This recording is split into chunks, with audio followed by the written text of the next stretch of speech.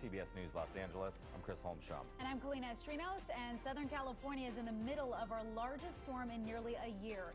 There are risks of flooding and mudslides across LA County. We've got live team coverage of this dangerous system. Rick Montanez, Tina Patel, and Carl Fincham are in the fire zones. Meteorologists Paul Diano and Marina Jurica are tracking the storm cells. And I'll tell you about trouble spots on the roadways as well. And Mark Liu is at the desk with new warnings. But we start with Paul Diano with more on when things should be the most intense. Paul. The most intense, guys, is going to come up this afternoon as a strong cold front, kind of like what you see in the Midwest. It's not that common here that we get a well-defined cold front with a peak of rainfall intensity. That's coming between 2 o'clock and 8 o'clock this afternoon and this evening.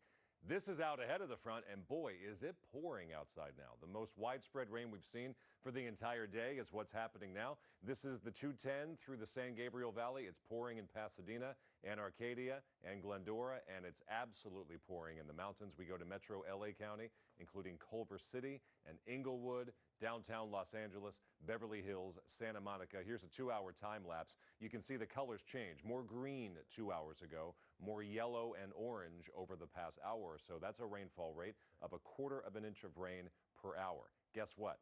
With the front that's currently between Santa Barbara and San Luis Obispo, those rainfall rates will quadruple to 1 inch of rain per hour. That's why the mudslide risk will be so high later today. We're getting all this rain now, and then the most intense rainfall comes right at the end.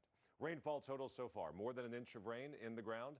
Malibu Hills, Laguna Beach, nearly 2 inches for Fontana in the foothills of the San Bernardinos. 2/3 of an inch of rain for Ontario, 1/2 of an inch for Burbank, and about 3/10 of an inch of rain for Hemet. I want to show you what we think the radar will look like this evening. This is when the front hits downtown Los Angeles. Forget the yellows. We're going to the next level of intensity, the oranges, the reds, and then the deep reds. That's 1 or 2 inches of rain per hour if any thunderstorms develop along this front, and the front will cross over Los Angeles at 5:45 this afternoon. That's when the flooding and mudslide risk will be at its highest. We'll talk about how much more rain we expect and what's going to happen for the upcoming weekend. That's coming up in a few minutes. Back to you.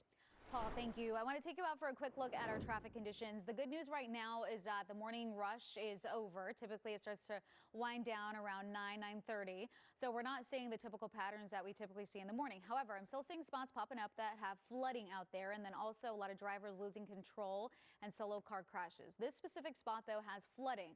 Eastbound 60 at Edwanda, the carpool lane is blocked off. This is what it looks like in the Caltrans camera. You can see how heavy it is, and you can also see the roads are still pretty slick. And then I do have this SIG alert that's been here all morning, and a reminder, I've seen a lot of crashes this morning involving big rigs. Eastbound 91 to the 215 transition road off limits. Potholes. It's almost a guarantee that you'll see a pothole when it's raining throughout Southern California. Traffic breaks try to repair that right now on the 91 East at the 241, so it's a pretty heavy backup. And now we have drainage work on the 57. I will have more on that in just a bit, but the big picture today, stay home if you can, or just give yourself plenty of time and take it easy on the roadways. Let's talk about the mud now. It is starting to slide in the charred hillsides of the Eaton Fire in Altadena, and so far, though, it doesn't seem too bad, but with a lot more rain on the way, it could take a turn for the worse. Yeah, and Kcal News reporter Rick Montanez is live in Altadena with what homeowners need to know to protect themselves, but also their property. Rick. Right, Chris, Kalina, we've seen some pretty heavy rain in the last 45 minutes or so, and then we started to see a lot of what came down, this mud and runoff, and you see, I mean, look at how thick this is, and this is just sand and debris and looks to be ash and things like that. Not a lot of big things in there like rocks or anything, but it also kind of overtook this storm drain that had these green barriers around it, and then some branches came down. That even took out the street sign here.